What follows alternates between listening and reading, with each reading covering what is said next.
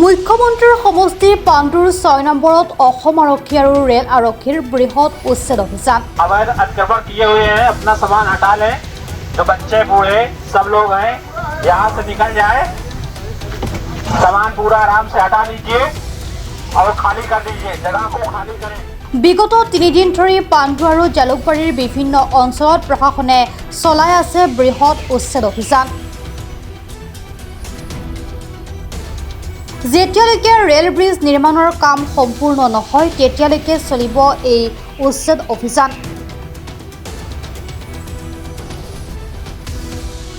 প্ৰশাসনৰ তৰফৰ পৰা চলোৱা কেইবাখনো বুলডোজাৰে চলাই এই উচ্ছেদ অভিযান।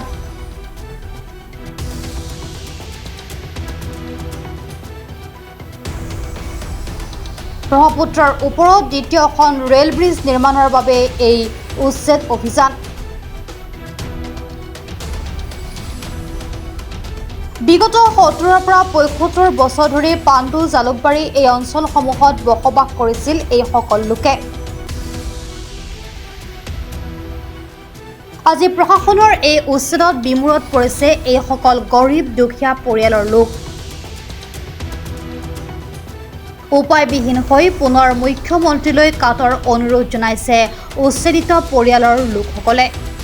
আমাক হেমন্ত ধীৰেন্দ্ৰ বানান্তে আহি পেলাই কৈছি যে তোমালোকক ইয়াতে ঘৰ মানে তোমালোকে বাস কৰি থাকক, ইয়াতে তোমালোকক মই জিয়ামৰ পৰা কিনি লৈছো।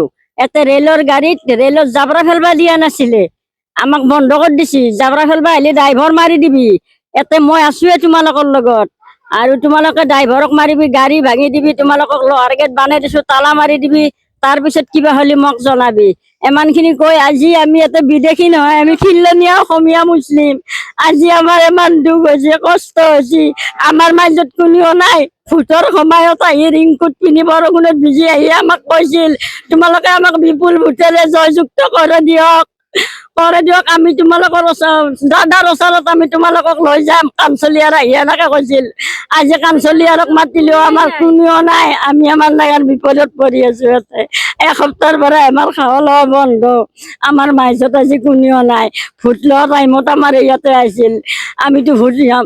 কংগ্ৰেছত থাকাতো আমি হেমন্তৰ লগতে আছো, বিজেপিত যাওঁতেও আমি হেমন্তৰ লগতে আছো। এতিয়া আমাক ইমান ডাঙৰ বিপদত পেলাইছে, আমাৰ ওচৰত কোনেও নাই। গুৱাহাটীৰ পৰা পূজা দাসৰ ৰিপৰ্ট, প্ৰাত টাইম ডিজিটেল।